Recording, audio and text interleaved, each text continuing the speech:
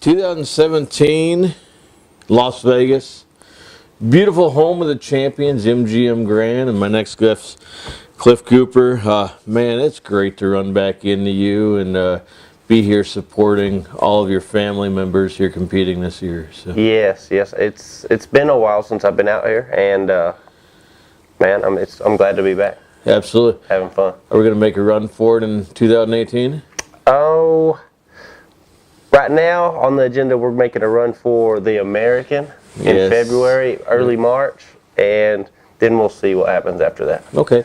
Now, I don't want to say you've stepped away from the arena a little bit, but you have some other things going on within family. Your dad's got a huge roping deal that you're out here helping with this week, and somebody had mentioned that you might be taking that over for Dad with his health issues coming up and not being able to do much. So. Yeah. It's the Roy Cooper Invitational, and it's part of the Junior NFR, the Las Vegas Junior NFR, and this is his 4th year. Next year will be his 5th, and it's just grown.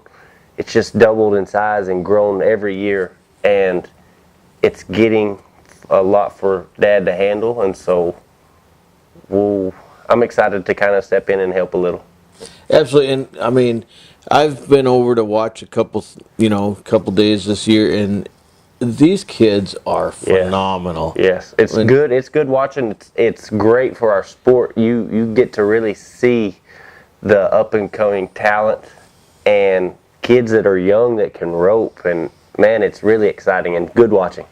It is, and let's talk about the roping so far this year at the NFR. Man, we have seen the highs and lows of what can happen in the City of Lights. Yes. I'm out here for Tuff and Trevor, and then Marcus Costa's like family to me too. But we'll start at the top at Tuff. Everyone's like, what's happened to Tuff? Why isn't he the same old? Why isn't he doing what he's always done out here? And it's all game plan and strategy. He came in winning the world by 50,000, and all he's got to do is maintain his lead. And after tonight, after the 10th round, hopefully things go as planned, and he'll have 2 gold buckles. Man, I sure hope so. And I was kind of crunching the numbers this morning, and there's a whole lot of scenarios with the way that Marcos is roping and some of the issues with the livestock that Tuff and Trevor's have. But literally, if Tuff places within either way, Marcos has got to place, I believe, 3 more higher than Tuff does in the average. And he'll take that gold buckle. But if Tuff does anything, if he has a great run tonight and gets back in that average, then it's pretty much it's sealed for him. Yes. So literally everything comes down to the last day here. Yeah, the last day. It's as a competitor at the top of your game, if they had told you before the year started, you've got 1 run in the 10th round of Las Vegas for a gold buckle, every guy nodding their head in there would say, all right, that's the opportunity I want. And so it's going to be special. Them guys are going to have nerves and butterflies, and man, you don't really understand the pressure and what it does to you leading up to this 10th round. And just I'm sure not very many of them guys that their names mentioned for the gold buckle today slept last night. And let's talk about that, because we talk about the NFR rookies coming in and coming down that alleyway for the first time for a grand entry. But when you're coming in and you're a rookie at the NFR and you're coming in as a chance to take home and leave here a world champion in your first NFR, like we are in a few of the events coming up tonight, which is worse? The butterflies the first night or the butterflies on the 10th night? It's magnified times 100, the 10th night, because here's something that you've worked at and dreamed about since you were a little boy, little cowgirl, little cowboy, and now it's a possibility, and it's just right outside your reach, and so, man, it's a special moment. I bet it is. And, let's go to the team roping for a minute. Last night, both of us were at the viewing party downstairs, and that place erupted with it tied the arena record Yes. that's been held for years at a 3-3. What a great night. Not only of team roping, but any of the Yes. timed events in roping across the board last night was absolutely spectacular. Caleb Driggers and Junior won the round 3-3. Yeah. And Junior sat back, leaned back for Jesus, like he calls it when he dallies. Yeah. And I was laughing, telling Tough, because after he sat back on him and leaned back for Jesus, he fell off. And so I was joking with Tough, and I said Junior caught the Holy Ghost after he leaned back for Jesus. But yes, it was. Those guys are special, and that wasn't an accident for them. Those guys practice that, and they can do it again. They sure do. And we talk about a lot of the injuries that can happen in the rough stock, but it's not really commonly talked about in the time down events. There's a few of these competitors that are roping without thumbs or sore shoulders. Talk to us about some of the most common injuries that can happen in any of the timed event. Yeah, the for team roping, for example, the thumb, as you're dallying, trying to get your dally, that's a common injury, and it's more common on the heeling side when the steers are running away from you and you're trying to get your dally to get everything tightened up. And ropers too, we don't see it that much in team roping, but in calf roping is rotator cuff for swinging the rope over their head.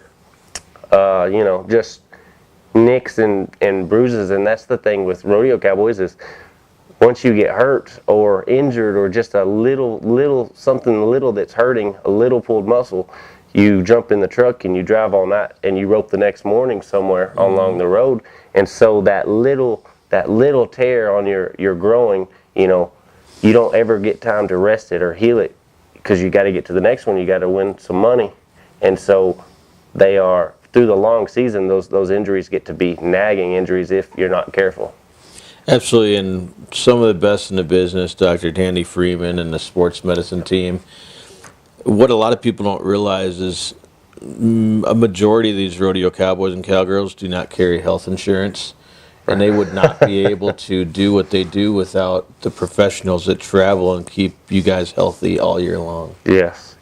I mean, you're right. It's critical. Mm-hmm. It is. And another thing that's critical, and it's a touchy subject, but I've got to ask your opinion on it. Yeah, we're getting into it. There's a lot of emphasis on rough stock, and if the animal doesn't perform or he hips himself or this and that Reride. We see it almost every round. Yep.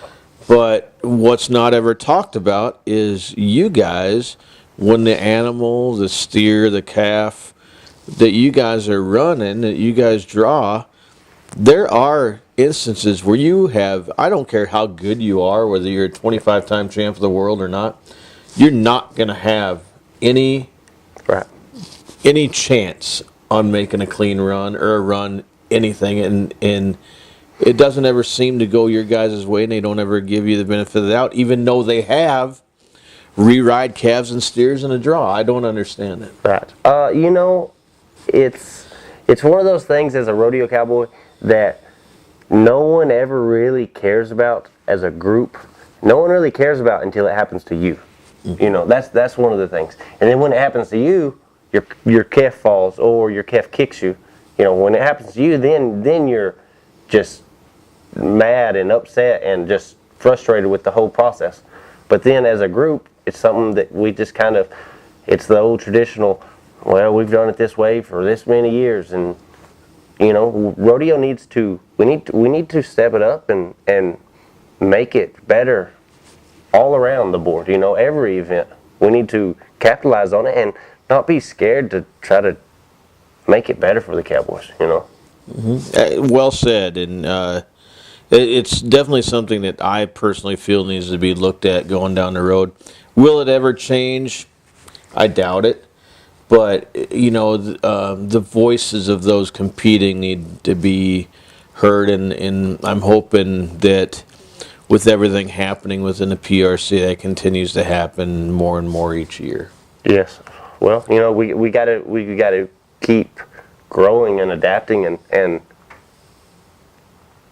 just bettering for the Cowboys, because everyone, we're all scared to death with this lifestyle, and rodeo is fading away, and we're getting less and less numbers. Well, if you come to any junior roping or rodeo, you can see our talent we have.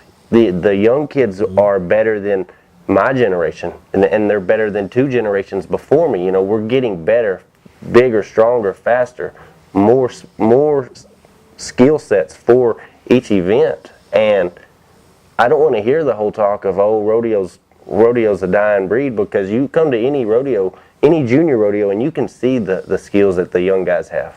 And so we need to keep bettering it for them. Absolutely.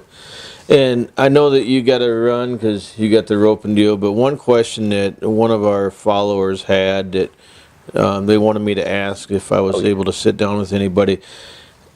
There's a lot of TV time and talk about you guys as competitors, but you cannot do what you guys do without a 4-legged partner, your horse. Absolutely. And most people, some people may think, hey, what that horse needs to do is be fast, let him rope and stand there and get off so he can tie him. But that horse, after you dismount, has a whole nother set of jobs that they need to do to make your job easier down on that dirt. Talk to us a little bit about that.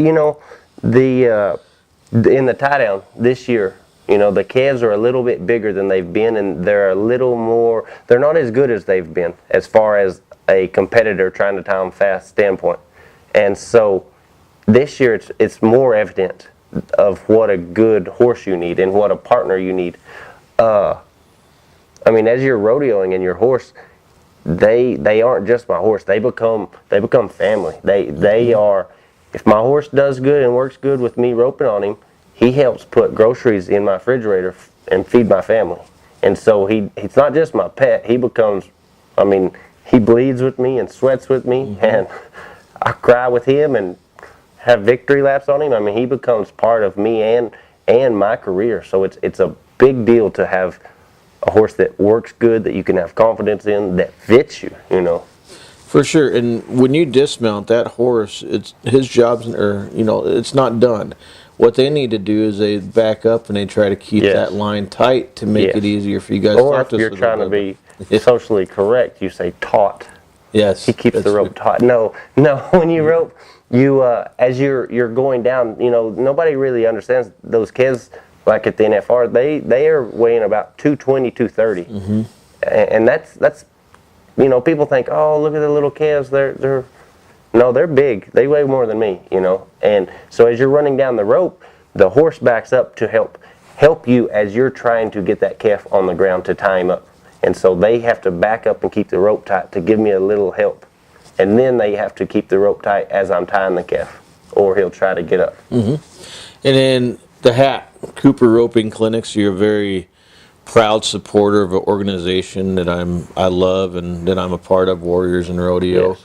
And talk to us a little bit about what that organization means and what you do for members of that organization. Man, last year we had our first our Warriors in Rodeo tie-down clinic, and I tell you what, I'm really blessed, and I've been really lucky with my career in rodeo, and I've just been lucky and blessed from God to grow up with how I did, and I try to give back, and there's nobody that's more deserving than a warrior in rodeo, somebody that's fought for our country or sacrificed and dedicated and went and done it, whether he got deployed or he just signed up and stayed stateside.